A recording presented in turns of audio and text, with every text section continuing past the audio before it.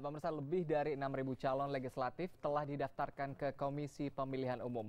Puluhan diantaranya merupakan artis dan salah satunya pesinetron Tommy Kurniawan. Tommy maju sebagai caleg dari Partai Kebangkitan Bangsa dan siap meninggalkan dunia keartisan.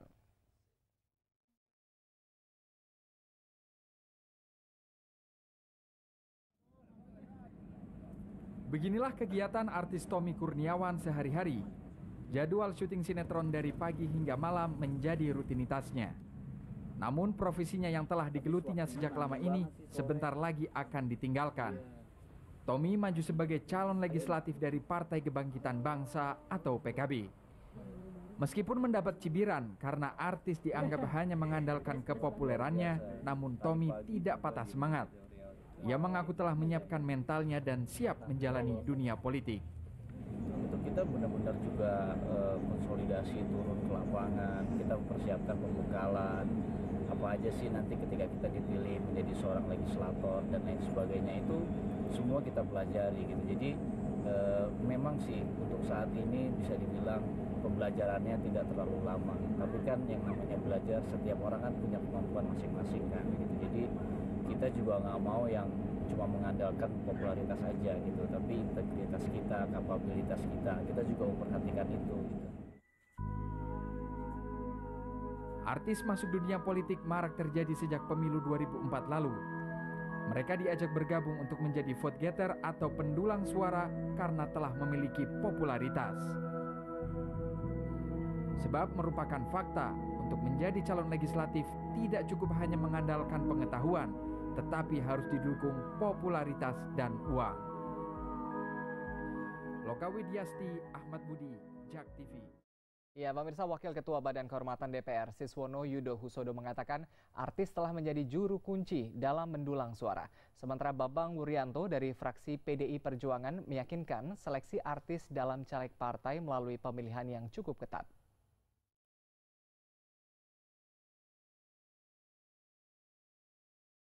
Kembali kita masuk ke dialog masih bersama dengan caleg di sini. Kemudian juga ada pengamat psikologi politik begitu. Nah, ini terkait dengan tadi saya bilang begitu ya, bahwa ada modal begitu ya, negosiasi politik begitu ya. Apakah ini pengaruh juga dengan tadi nomor urut yang buncit sendiri? Mbak Jen sendiri, modal untuk maju ke caleg berapa banyak? Jujur nggak ada sama sekali, tidak ada sama sekali. Dari awal sekali saya di Pinang istilahnya. Itu sudah melalui berbagai tahapan. Oke, apa aja itu? Tahapannya aku melalui psikotes sampai 3 kali. Terus belum lagi tes kesehatan, tes narkoba, tes fisik, semuanya keseluruhan. Itu semuanya betul-betul kita jalani sendiri. Oke. Iya, tapi Mbak Jen ini kan untuk tadi ya tidak ada modal begitu ya, tapi untuk bisa dikenal masyarakat, butuh proposal ya, butuh mungkin spanduk begitu. Itu kemudian turun ke daerah sendiri begitu. Kira-kira budget apa yang disediakan? Sebenarnya sih kalau untuk belusukan istilahnya ya, itu kan kembali lagi ke kitanya, karena itu kan dapil yang sudah ditentukan untuk kita gitu. Ibaratnya itu wilayah yang harus mau tidak mau harus kita sering-sering datangi.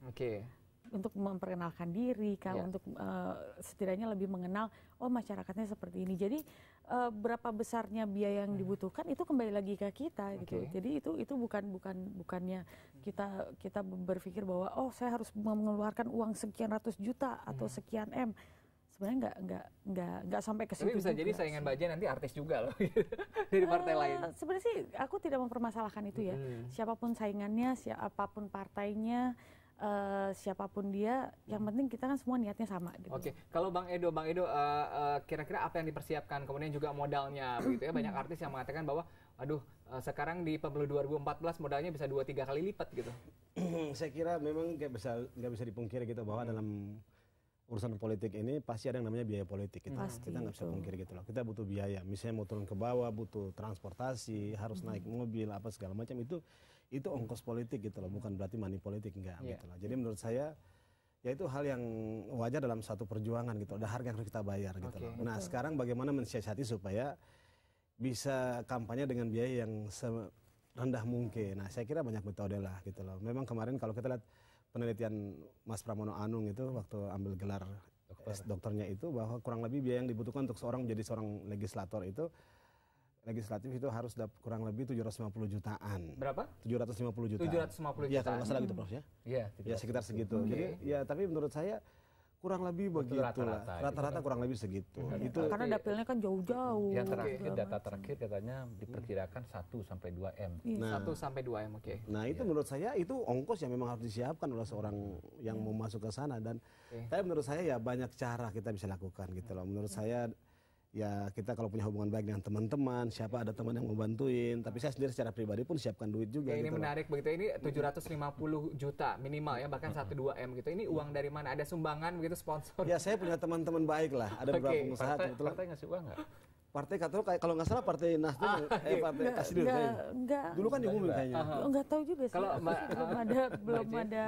belum ada apa sampai pembicaraan ke sana gitu, tapi karena aku dapilnya masih DKI, jadi I don't mind about that, gitu, karena masih ya, masih di rumah lagi ya. Iyalah, mas hari-hari kita beli bensin aja udah berapa gitu ya, jadi masih reasonable lah.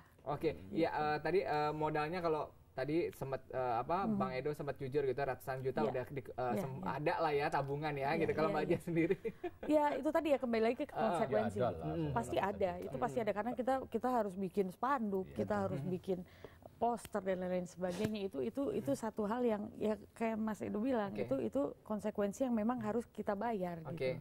Iya, Pak Hamdi, ini kalau menurut secara psikologi begitu ya, banyak artis yang mereka tadi ya tanda kutip memanfaatkan ketenaran mereka begitu ya, karena mereka yakin ini akan bisa memangkas ongkos politik mereka. Betul nggak seperti itu?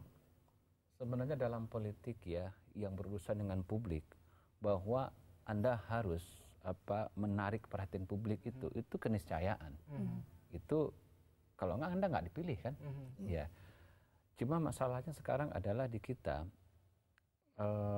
bahwa misalnya kita sebenarnya bicara kualitas kan. Jadi isunya sebenarnya saya khawatir tadi masalah kualitas. Jadi bagi saya nanti misalnya sebenarnya kita harus kritisi juga. Tidak hanya masalah artis saja. Artinya sekarang seriuskah partai itu mencari orang-orang terbaik dengan kualitas apa yang disebut legislator itu ya. Jadi sekarang itu kita memang ada degradasi makna ini, penurunan makna terhadap anggota DPR itu, wakil rakyat itu. Kalau kita lihat asal katanya itu dulu orang politik itu dalam politik itu yang wakil rakyat itu kan anggota DPR itu legislator. Kualifikasinya itu legislator.